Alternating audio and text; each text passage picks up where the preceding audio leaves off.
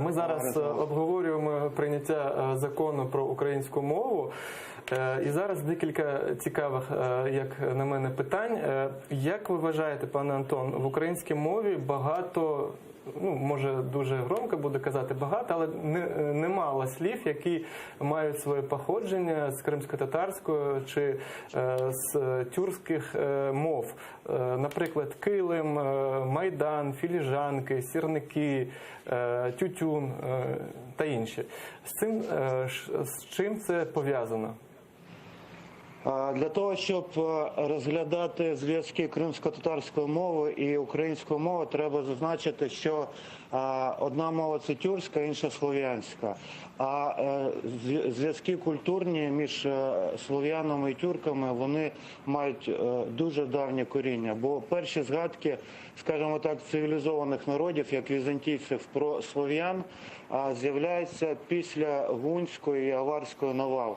Тобто після того, як світ дізнався тюрків, одразу на арені світовій з'являються слов'яни. І перші держави, в яких фігурували слов'яни, це були тюркські. Це був аварський каганат, там була перша держава, чи протодержава слов'янська, так звана Само.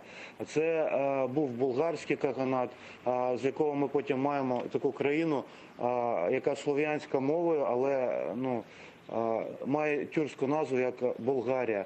Ось. І саме вже десь з 5-го сторіччя нашої ери відбувалися інтенсивні контакти між тюрками і слов'янами.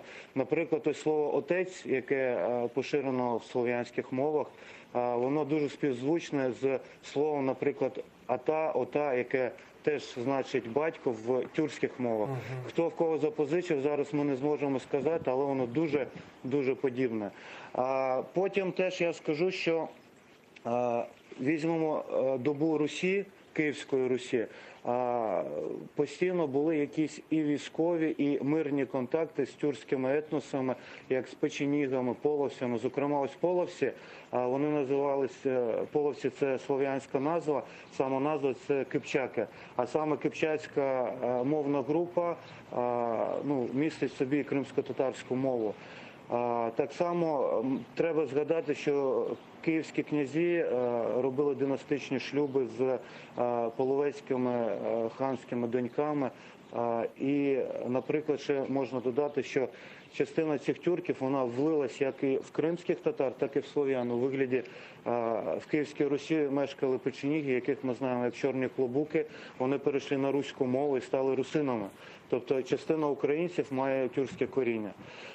Далі я згадаю про козацтво. За часів Хмельницького на прикордоні як і ногайці тюрки, так і українці, вони були двомовні, була торгівля, ми знаємо тюркське слово «базар», ми знаємо такі товари, як тютюн, слово «кава», наприклад, на відміну від росіян, в яких це запозичено через французьку, вони кажуть «кофе».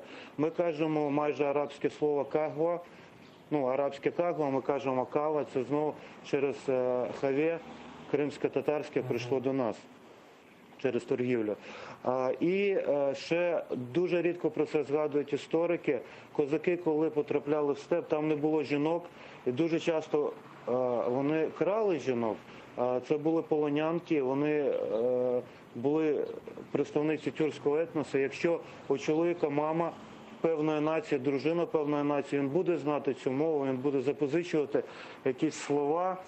Ось. І, звісно, не треба нехтувати військовими якимось процесами, бо були як і взаємні походи разом, так і проти один одного, а не знати мову свого супротивника теж це дуже великий мінус.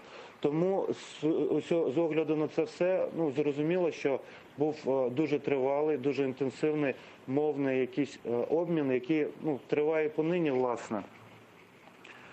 Ще додам, що у нас дуже багато з тих часів нас, наприклад, у нас є населені пункти, як Келеберда, Таганча, Саврань, Балта. Тобто це українські населені пункти, і їх дуже багато, які мають тюркські назви. І Османська держава в середньовіччі, вона відігравала таку ж саму роль, як сьогодні відіграють Сполучені Штати Америки. Це була наддержава, яка задавала моду в багатьох напрямках. Як ми сьогодні всі ходимо в джинсах, а раніше всі ходили в шароварах. І оце перське слово шальвар через кримсько-татарську, воно потрапило, власне, і до української мови. І ми вважаємо шаровари своїм національним одягом.